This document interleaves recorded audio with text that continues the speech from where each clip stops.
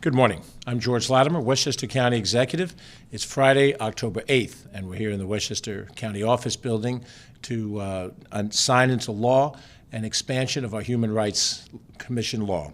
We're very proud that this day has come, and I'm joined today by the Deputy County Executive, Ken Jenkins, the Chairman of the Board of Legislators, Ben Boykin, and other members of the legislature, and many other individuals that we're going to ask to say a few words on this occasion. It was at the very end of 1999 that Andrea Stewart Cousins, Lois Bronze, and myself were members of the County Board of Legislators. I was chairman at the time when the board passed, and then County Executive Andy Spano signed into law a significant new step forward in dealing with human rights here in Westchester County. That original law was landmark. It was the brains of Andrea Stewart Cousins and the heart of Lois Bronze that helped make that happen. And all these years later, we have now created an additional improvement to that law. As the years go by, we look at the opportunities that we have to do a better job in what we do every day. This bill, passed by the Board of Legislators, represents that. So to explain what the law does, we have our Executive Director of the Human Rights Commission, Tejash Sanchala, and he and then many others who I'm going to introduce one at a time will come and tell us a little bit about what is accomplished today. And of course, Tejash and many others have had a tremendous role in crafting this that I'll be signing into law at the end of this process. Tejash.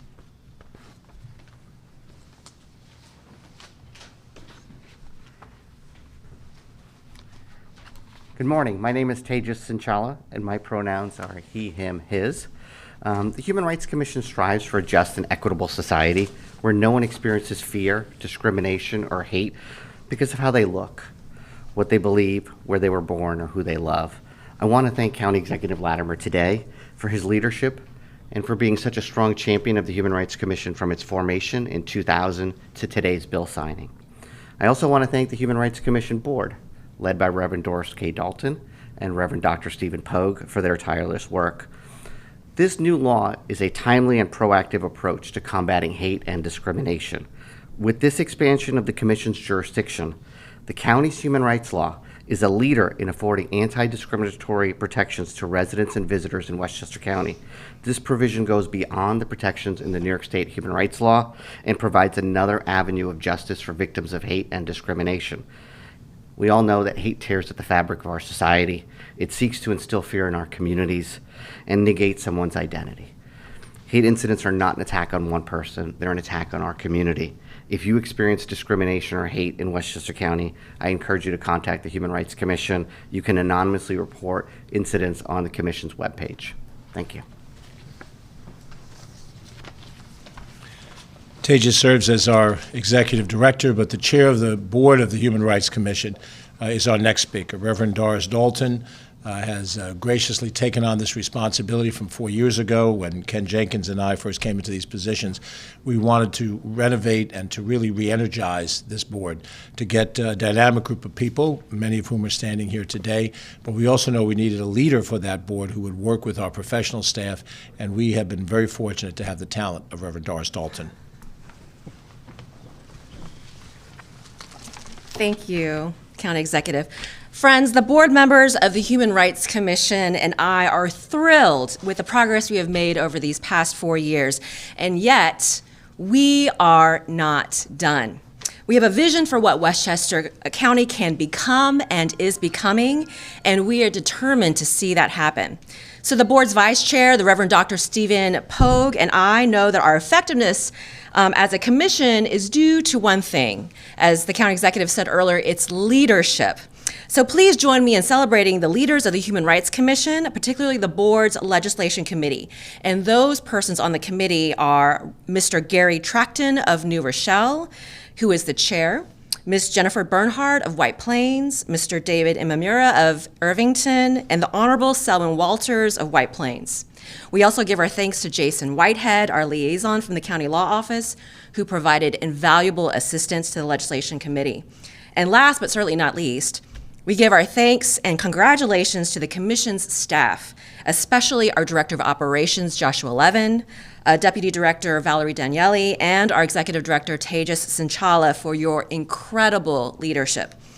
We are grateful to the County Board of Legislators for partnering with the commission by passing this legislation. And finally, the members of the board extend our gratitude to the county executive, George Latimer. George, it is our honor and our privilege to serve on the Human Rights Commission during the time of your administration. Thank you for your leadership, for your encouragement, for your empowerment and example to us all. May we continue to move forward together. Thank you. Thank you very much.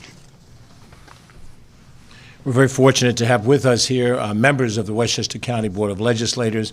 Nancy Barr is with us, Margaret Kunzio is with us. Margaret serves as the minority leader of the board, and the chairman of the board, Ben Boykin, who will be our next speaker. I have spent, prior to this responsibility, 30 years as a legislator at 4 different levels of government. And I understand that the legislative process can be a slow process. It can be a bit of a sloppy process for people that are accustomed to make a decision and make it right now. But the Board of Legislators, working with the draft that came to us with the able help of the law department headed by John Nona, our county attorney, Jason Whitehead, who Doris credited just a second ago. It is the Board of Legislators that represents the voice of people and represented all across the county so that all different voices are heard. And that board has acted, and the bill that comes before me to sign into law is the product of their work. The chairman of the Board of Legislators, Ben Boykin.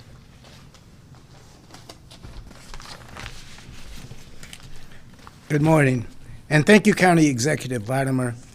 As the County Executive indicated, we're joined by Minority Leader Margaret Kunzio and Legislator Nancy Barr. I'm pleased that the Board of Legislators unanimously passed this important piece of Westchester's first law against discrimination harassment.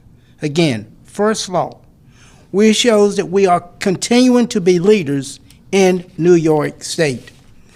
I want to thank County Executive George Latimer and members of the county's Human Rights Commission and the Human Rights Commission Board for advancing this legislation, and my colleagues on the board for examining it and passing it.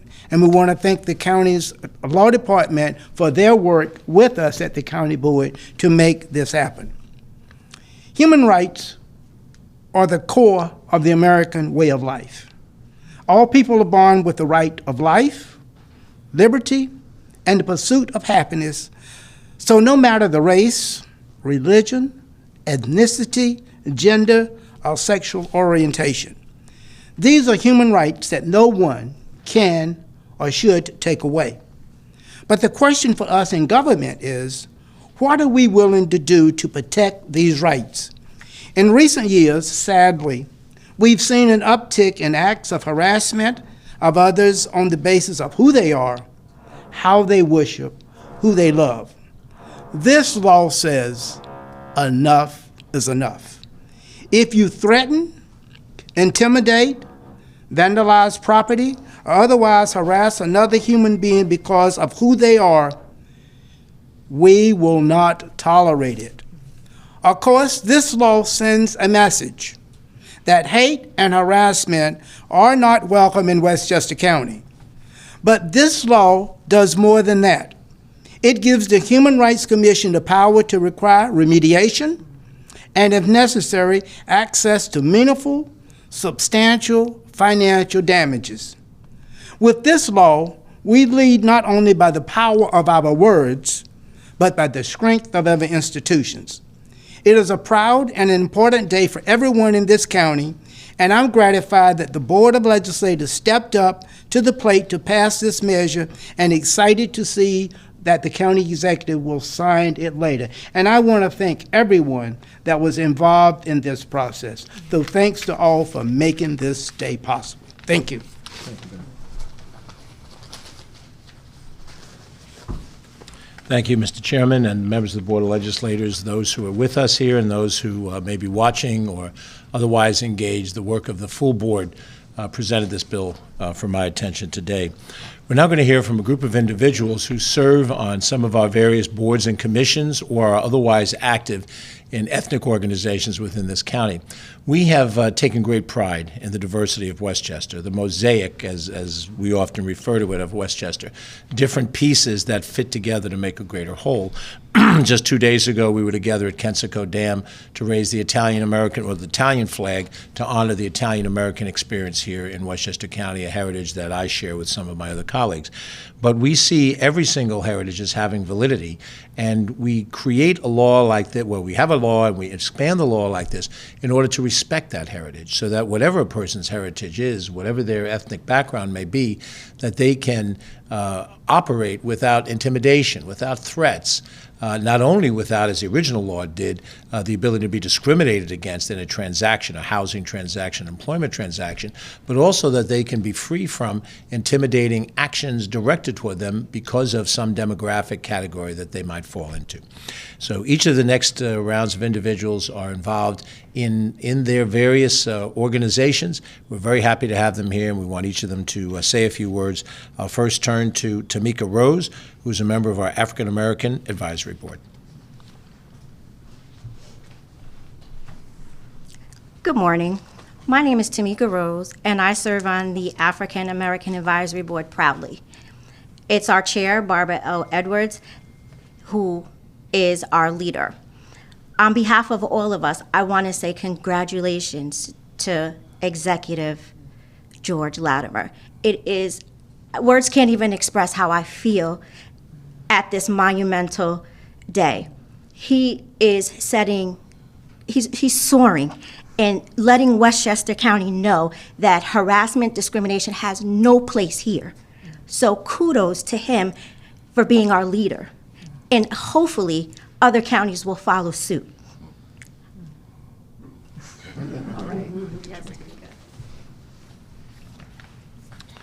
Next, I'm going to ask Elliot Forchheimer to join us here.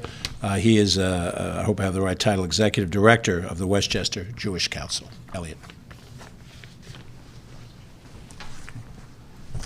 Hi, good morning, and thank you, Mr. County Executive. The day we've waited for so long and so patiently has at last arrived. On behalf of the leadership of the Westchester Jewish Council, our President, Bill Schrag, one of our chair people, Karen Rosenfeld, we're honored to be here on this day. Simply put, there is no place for hate in Westchester, and an act of hate against any of us is an act of hate against all of us.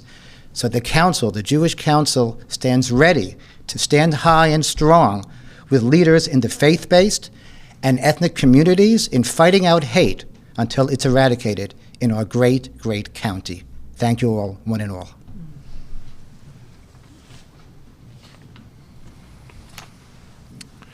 Next, from our LGBTQ plus advisory board, James Young. Thank you, County Executive. My name is James Young, and I go by he, they pronouns. And as a queer Asian American, I have the pleasure of serving on the Westchester County LGBTQ Advisory Board. And I, like many other county residents, will benefit from this enhanced protection with the Anti-Discrimination Harassment Bill being signed into law. We understand that further protections will include making harassment unlawful in more areas than previously indicated.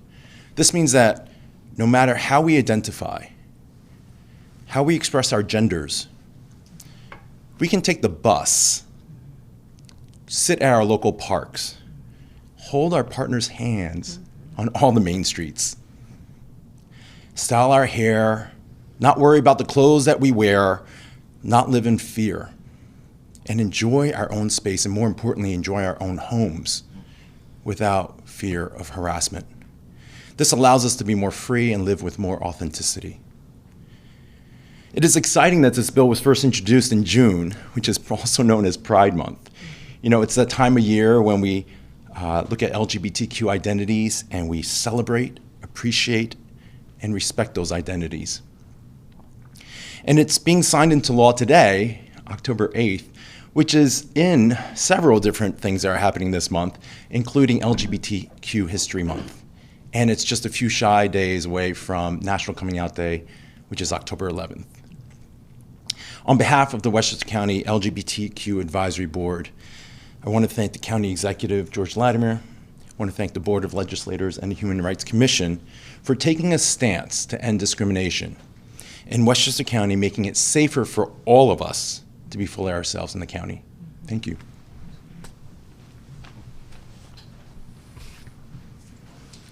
Our next speaker is Maria Trusa, who is a member of the Hispanic Advisory Board. Thank you so much for caring for humanity. Thank you to the George Latimer, the Commissioner, the Human Rights Commission, for making White Plains, making Westchester a safe place for all of us. I'm a Latina and proud to be here today during the Hispanic Heritage Month.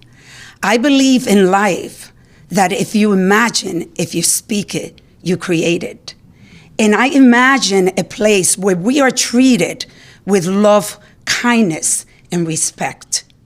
And what an honor to be here among so many people that care, that want to give it all to create the place that is safe and that we're treating each other as human.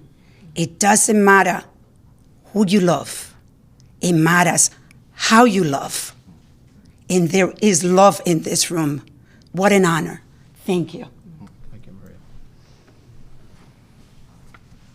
Our next speaker is Mr. Hussein Rababa, who's a representative from the Arab Advisory Board, Arab American Advisory Board. Thank you.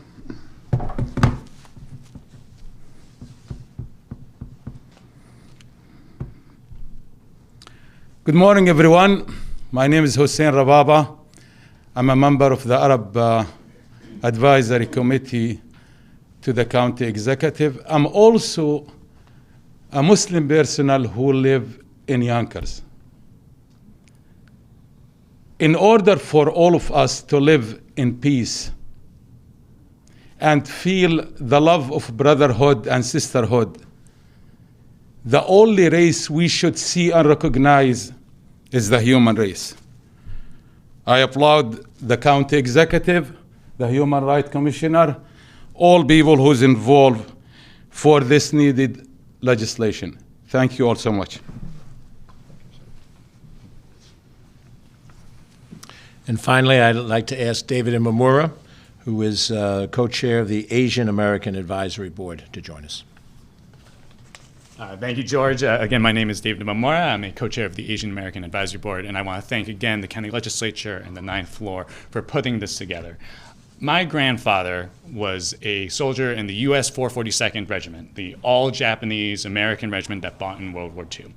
And he literally fought alongside people whose families were in internment camps. And that regiment was the most decorated regiment coming out of the Second World War.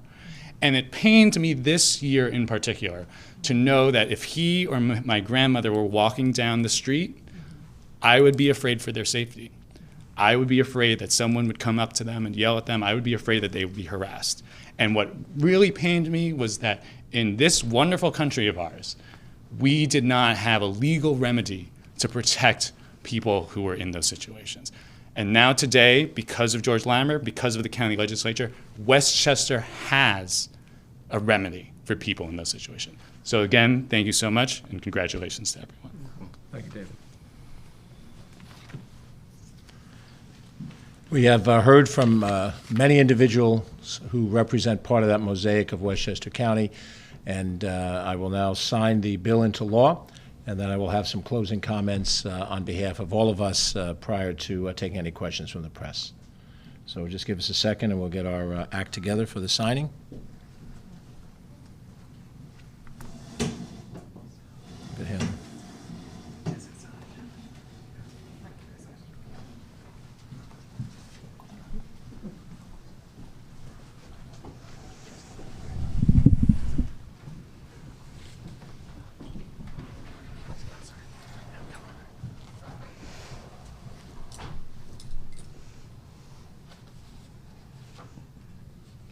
I have before me an action of the Westchester County Board of Legislators that has gone through the committee process and been approved by the Board of Legislators. It is Local Law Intro 2021-373. On September 20th, it was voted for by the Board of Legislators by a vote of 17 votes in favor and no votes against. That has been certified by Sunday Vanderberg, who's the clerk of the County Board of Legislators, and now by the power given to me by the voters of Westchester County, I will now affix my signature as County Executive, making this law in Westchester County. On this day, the 8th day of the month of October,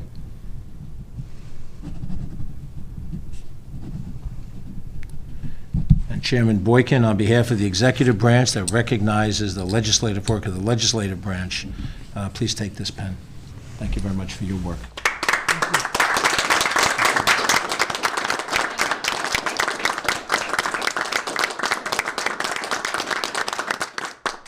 You can all have a seat, and I'll make some closing comments, and then we'll take some questions, and some of the questions may require me to tap some of the expertise in this group. If you'd like to sit, you're welcome to do that. Gets a little tiresome to stand up here over an extended period of time. So the action we've taken today expands and strengthens the Human Rights Commission law, and as you can see, it was a product of advocacy and a product of legislative scrutiny before it came to our desk. And while I appreciate some of the speakers giving me particular credit, this is the joint credit that comes from all of the different advisory boards and the people that give their time voluntary without compensation in these different positions. This is credit to the administrative branch of government that goes through these issues in detail, both the leadership of the Human Rights Commission, Tejash and his team, and then also the work of the Law Department, and then ultimately the legislative process that brings the bill to our desk today that Ben Boykin and the rest of his committee members do. In signing the bill, I often think in moments like this of my own heritage, which I talk about often. I had grandparents from Ireland and great-grandparents from Italy. Those are ethnicities that seem to be well integrated into the American mainstream as of 2021. And there are many individuals in high public office and government positions who hail from both Italy and Ireland in their heritage. But that was not the case when both of those sets of relatives came to this land. The prejudice against the Irish Americans, or the Irish and the Italians, was profound. The prejudice against those who are Jewish and Asian and Latin American mirrors the same prejudice that was reflected against those of my forebears who were here. I have not forgotten the stories that I was told of those prejudice, and now, a generation, 2, 3 generations later, as the grandson and great-grandson of immigrants, I understand the urgency for us to protect all people who hold their heritage from different lands, all people of different demographic backgrounds, however they identify their sexual identity, however they practice their religious faith, and whatever they represent in terms of the minds of someone else. We have a choice in this county, but even more importantly in this country and in this world. There are two paths, and both paths have been laid out before us in clear frame. There's a path of division, and some people prefer that. Some people want to divide us into different component pieces, and it's been proven over the years that you can divide and conquer. And by division, you set one group against another, and then some individual or group of individuals benefit. They, out of that chaos, hold power, hold economic control, hold all of the levers of a society. And those voices of division are growing in our society. People who look at other human beings, as Hussein said, we're all members of the human race, who look at other members of the human race as not human, not their brothers and sisters, as something other. In the same way that my great-grandfather and my grandfather were looked at by the people of the day when they arrived on these shores. That's one path, and that path ultimately leads to chaos. It leads to violence, and it leads to a loss of not just democracy, but the economic freedom and opportunity that we all benefit from. Because the alternate path, which is a more difficult path, but it's the path that we've tried to trod these 243 years, imperfectly, with an effort to try to make it better every day, is a path where we work through our disagreements and we accept the fact that there is diversity amongst us. We do not think alike, we do not look alike, we do not have the same demographic or ethnic connections, but we still have something in common that's much greater than what divides us. And that path is the only alternative that gets us to better economic strength, that gets us to more satisfaction as individuals, the pursuit of happiness, when we can all experience that. We have an opportunity every day to make a decision, not just in particular times, your voting days, things like that. Every day you wake up, you have the decision to make. How will I conduct myself with other people? Will I look at them filled with anger, filled with hatred, seeing them as the other, angry over incidents or circumstances that you attribute to everybody in a particular category, and go through your life with that burning, searing anger and hatred? Or you can look at the reality that we all face. We are all mortal. We're all going to be on this planet for a limited amount of time. Some of us are closer to that ultimate time than others. And we can determine how we want to use the days left. Do we want to use them with anger? Do we want to use them with forceful negativity directed to other people? Or do we want to try to use the time that we're given? Because nobody knows exactly how much time they have given. Some of the youngest people may not have the gift of years. But we use that time productively. We try to build things, not destroy things. And what this legislation does is designed to deter the behavior. It has a punishment mechanism, a penalty mechanism to deter. It expands the areas of protection, not because we seek to just catch people doing things that are wrong. We want them to not do those things. We do not want them to have the hatred that drives them to put a swastika on a synagogue, or uses words that are demeaning to an ethnic group and scroll it on a wall, or to yell out an epithet when they drive by and they see somebody who's part of a group. And while the individuals who are here represent different groups that have been prejudiced against in the society, as I've just said, people who are mainstream in the society today were part of the groups that were singled out in the past.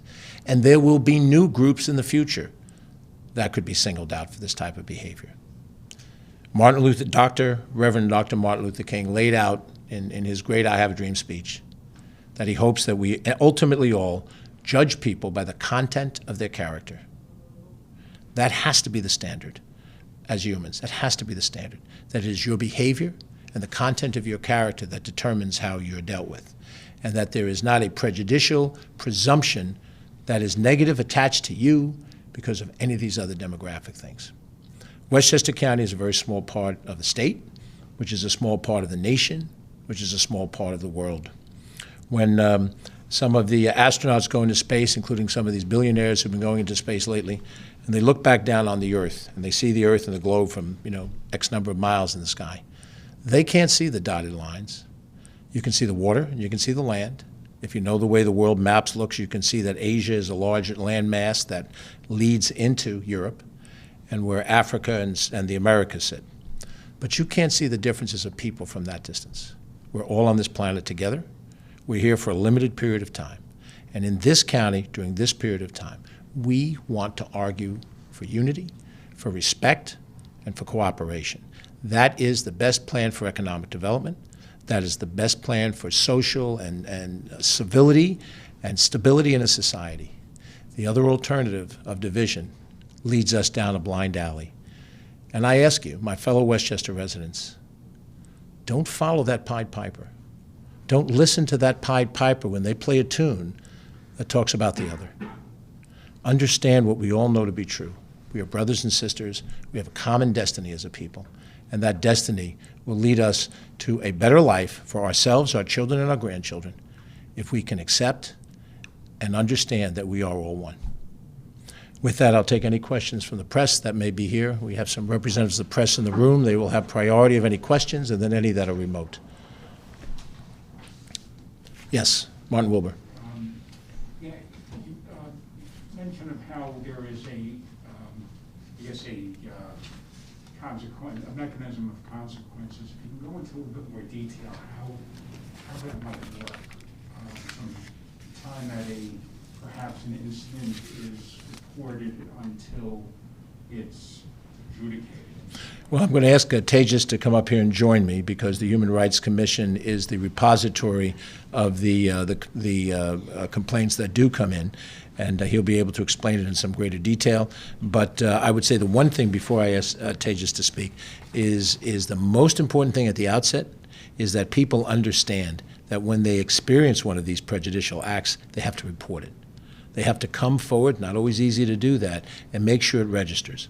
I understand there's a temptation to just say, okay, I'll let it ride. I've done that myself. But the issue will not get better by ignoring it. That only incentivizes the people that might practice that. But in terms of a complaint that's registered, Tejash, would you please tell us how the process works? I can't echo what the county executive just said strong enough. You know, the U.S. Commission on Civil Rights has talked about hate incidents are significantly underreported, and it's very important that we understand the scope of what is happening. But if somebody contacts our office, the Human Rights Commission, we would evaluate the circumstances. Each case is fact-specific, and we could make a determination whether it falls within the statute. So give you an example, you know, if I'm walking down the street and somebody calls me a terrorist, well, that's not a violation of this statute. That'd be that's just words. That's somebody's First Amendment right. If there's some conduct that comes after that, if they punch me and they use that phrase, or they throw an egg at me, or they harm me, or intimidate me in some manner, there may be a basis for a complaint. They'd come to our office. If it falls within the statute, we would do an investigation. If there's probable cause for an investigation, after an investigation, it will be sent to a hearing before an administrative law judge. An administrative law judge would look at the facts and circumstances of the case and make a determination.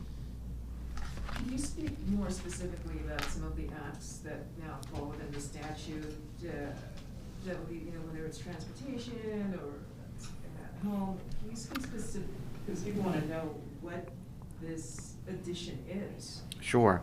So currently, maybe 10 minutes ago, the Human Rights Commission, the Human Rights Law required there to be a nexus for a complaint to be in housing, employment, public accommodation like a restaurant or a doctor's office, or in credit lending.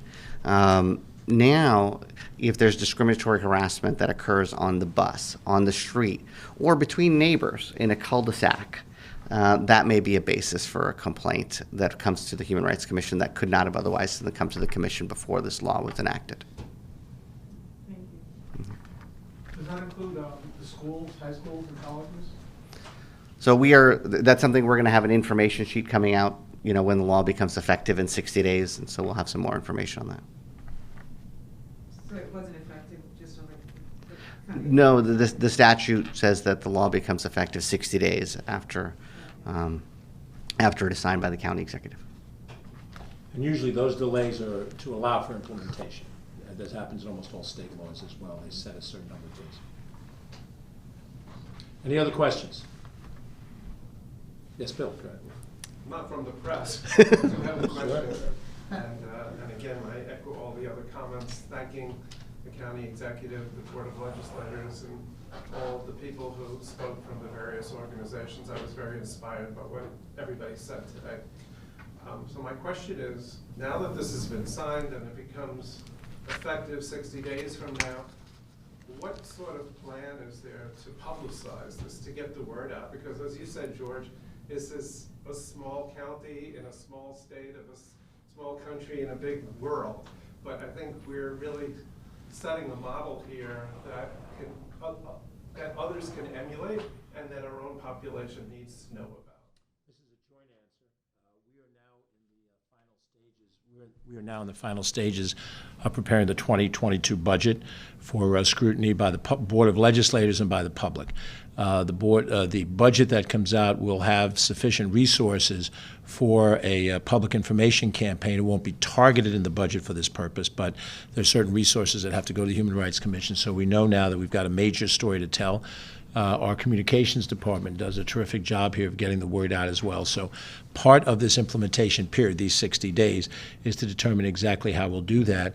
And we also look to the Human Rights Commission board for their advice on how best to get this message out so that we get it out in the targeted areas where we think there may be incidents. Because the biggest question is to make sure that people who might be targeted are aware that these protections now exist and to give them the tools and how to implement it. But then on the granular level below that, then Tejash and his team will be responsible for implementing the actual content. Let's say we have educational seminar, for the sake of argument. We budget it, we structure it, and then the content piece of it would fall to Tejash and his team to be able to, to handle what would be covered in in that type of a briefing, and whether we brief the municipal officials or the school officials when we have our weekly or monthly calls with them would also be part of our public efforts, outreach efforts. I just have another question for Mr. Sanchala.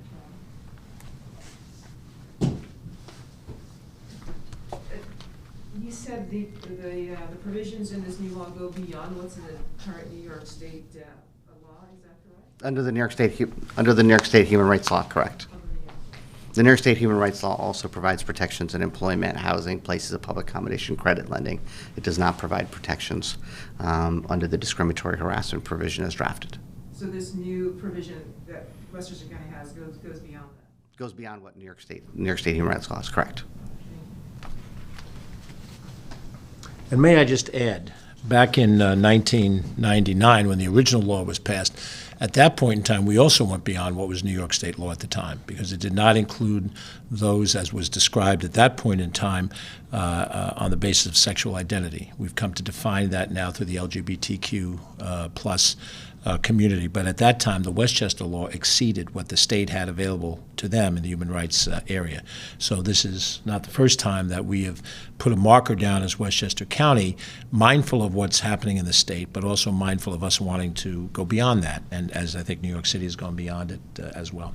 So if there are any other questions, we certainly will be happy to take questions from the press through Catherine Chaffee, our Director of Communications, Carolyn Fortino, our Deputy Director of Communications. For those who may be watching through the stream, you can reach her at 995-2932. And any other questions, if they want to be directed to any other guests we've had here today, we'll make sure you make that connection so you can have those conversations. Catherine, any remote questions? Very good. Then let me thank you all for being with us here today. I hope you have a good weekend, a safe weekend.